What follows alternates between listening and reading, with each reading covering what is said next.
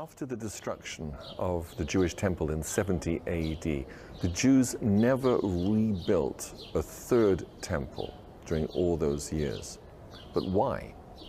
I'm joined by Robert Mandelbaum, who's an eschatologist and Bible researcher. Robert, why was this? Why have the Jews never rebuilt their temple? Well, thanks for having me, Chris. It's great to be here. After 70 AD, the Jews were scattered throughout all of the world, and there came a time when Jews were not even allowed to live or visit Jerusalem. They wanted, of course, to rebuild their temple, and thanks to the Temple Institute, which is just behind us, all the plans are already made. The sacrificial altar has been recently constructed. The priest robes have been made. Pretty much everything is ready to go. Robert, help us understand, why is it so important to the Jewish religion to rebuild their temple? What is the significance of the temple to them? Well, Chris, there's many important reasons, but the primary reason, the number one reason, is the Jewish people do not believe their Messiah will arrive until that temple is rebuilt.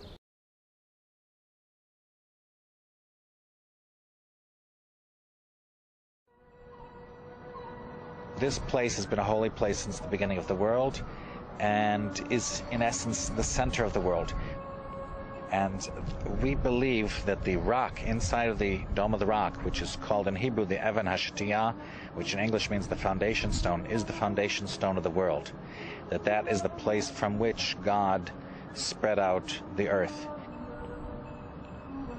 Right now it's in the hands of the Arabs. We want to change that status to return the temple to its glory, rebuild the temple, restore the sacrificial service. I believe that there will be a temple built. The Dome of the Rock will somehow be done away with. I have no idea. There's been plenty of earthquakes up there that could solve it. Saddam could, or not Saddam, but maybe someone from Iran could shoot a missile that gets off target and blow the Dome of the Rock. We kept hoping for that, by the way. I kept hoping one of Saddam's missiles would find its way over to the dome. I don't know exactly how it's going to be removed, but it is not part of the end times as far as the Bible or Christianity is concerned. I don't think Judaism either. There's no place for that mosque. It has to be removed. For the first time since the past 2,000 years within our generation, we are seeing these preparations for the rebuilding of the temple. They are training the priest. They have the implements in place. There will be a daily offering in the morning, a daily offering in the afternoon, special offerings on the Sabbath and holidays, the Passover sacrifice. All of those will be brought again, and the future temple will stand forever.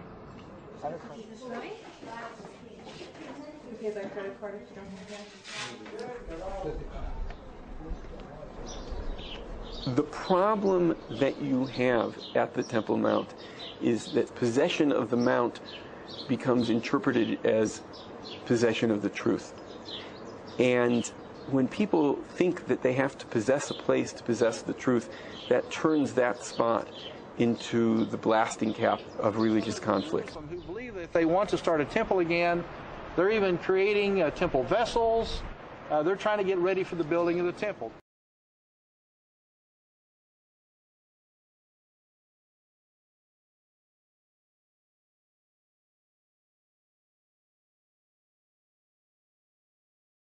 Tell us who your former boss was. And the reason that we're not saying his name is out of respect for your service to him. Yes. Well, I did a lot of chauffeur and bodyguard work for a lot of people, a lot of very important people. And he wound up being one of the people that I drove and bodyguarded for. Right, and someone you knew and got to know. Very well, yes. Okay. I realized he wasn't your average, everyday, big businessman. There was more to it. And I could tell by the way people came and talked to him, very deferential. You told me that he went and met with the U.S. president. Yes, he did. Okay, you go to meet with the U.S. president, you get to be somebody. So where do you first hear that somehow the Spirit is involved with this man? Again, powerful people tend to stay with each other and in social groups. And another very powerful person who was in government came, and he had his usual cadre of feds in their nice little cutout stamp suits and earplugs and talking into their sleeves. It was one of those security people who met me for drinks. He just started talking, and he started asking me just basic questions that I had the feeling he already knew the answers to about myself. And then eventually said, so have you ever heard of the Spear of Destiny? No, wait. Now we have to stop here, right? So, hey, how you doing? By the way, you ever hear of the Spear of Destiny? He drops that. Pretty So, much, okay, yeah. so what do you say at that moment? I say, yeah, I know about it. So he said, well, what do you think about your boss and the Spear? Why would I think anything? So now you're thinking about your boss and the Spear of Destiny, and what does he say?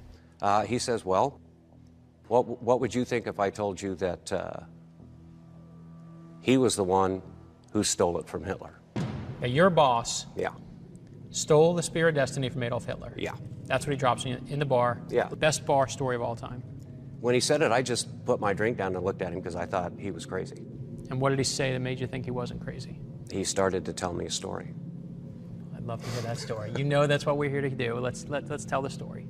Well, he says, my boss was part of a group. They call themselves, what I was told was the B'nai HaNephilim, the sons of the fallen, disciples of Lucifer.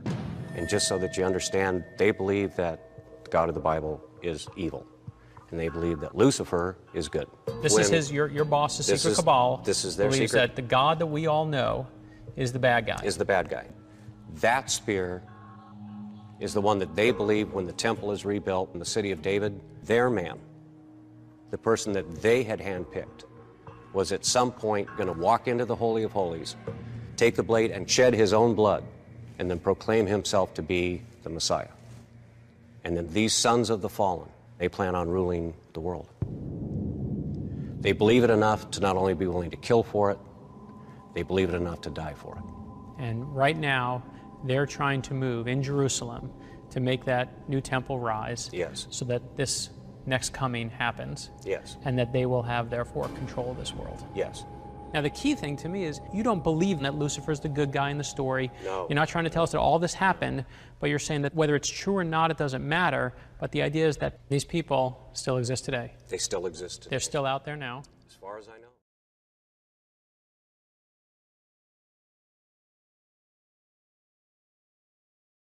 Authentic Torah Jews around the world declare that the state of Israel is a Zionist state, not a Jewish state, and likewise the name Israel is a hijacked name.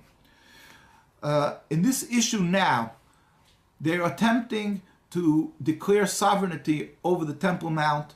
I must awaken the world to the fact that the Jewish people have been living in the Holy Land in peace and harmony for hundreds of years, together with the Muslim people, with the Palestinian people. And the chief rabbi of Palestine, around 100 years ago, the Rabbi Yosef Chaim Sonnenfeld of blessed memory, pleaded with the world that we do not have anything to do with the Zionist attempt at that time to have sovereignty over the Temple Mount. And I'm going to quote a letter from him. A letter, it's called Divrei Shalom Ve'emes from Rabbi Yosef Chaim Sonnenfeld, and this is his letter. We have this letter in a book called The Rabbis Speak Out, and he lived from 1848 to 1932, and now I'm going to quote him.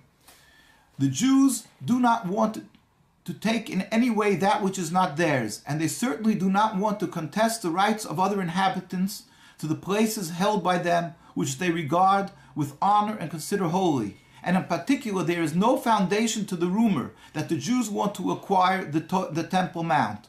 On the contrary, ever since that time, because of our sins, we lost the purity required by the Torah. It is forbidden for any Jew to set foot upon the grounds of the Temple Mount. This is Letter of Truth and Peace in 1929. This was then before the Zionists had control, full control, unfortunately, over the Holy Land.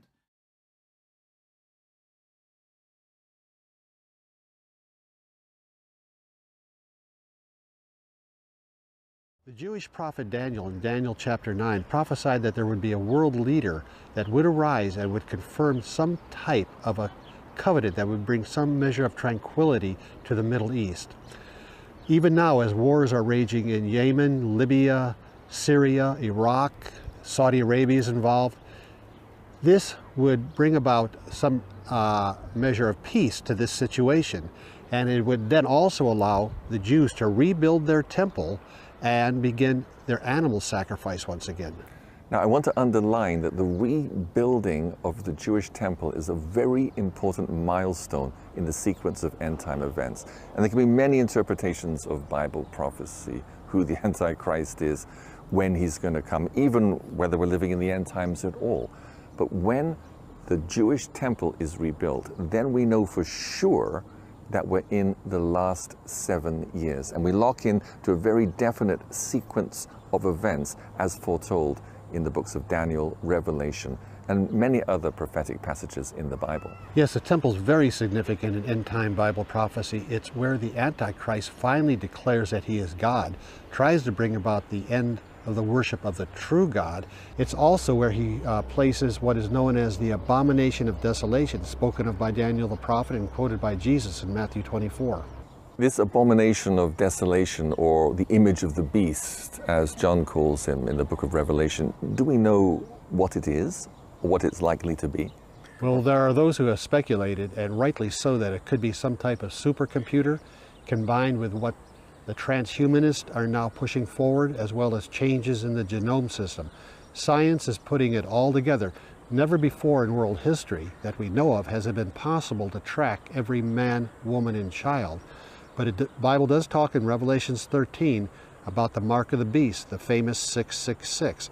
And somehow this abomination of desolation, it is what is going to be able to put that into practice and try and force people and cause people to take the mark of the beast, that no man may be able to buy or sell, save he that had the mark or the name of the beast or the number of his name. It all comes down to economics, Chris. If you don't have it, you can't buy and you can't sell. But none of this can happen until the third Jewish temple is built. This is an artist's conception of how the temple would look built on the Haram al-Sharif. Already, the Jewish Sanhedrin has appointed the high priest, and everything has been prepared for the ritual of daily sacrifice to resume after almost 2,000 years. One thing is certain. According to Bible prophecy, the temple will be rebuilt, and both Jews and Christians are looking forward to that day.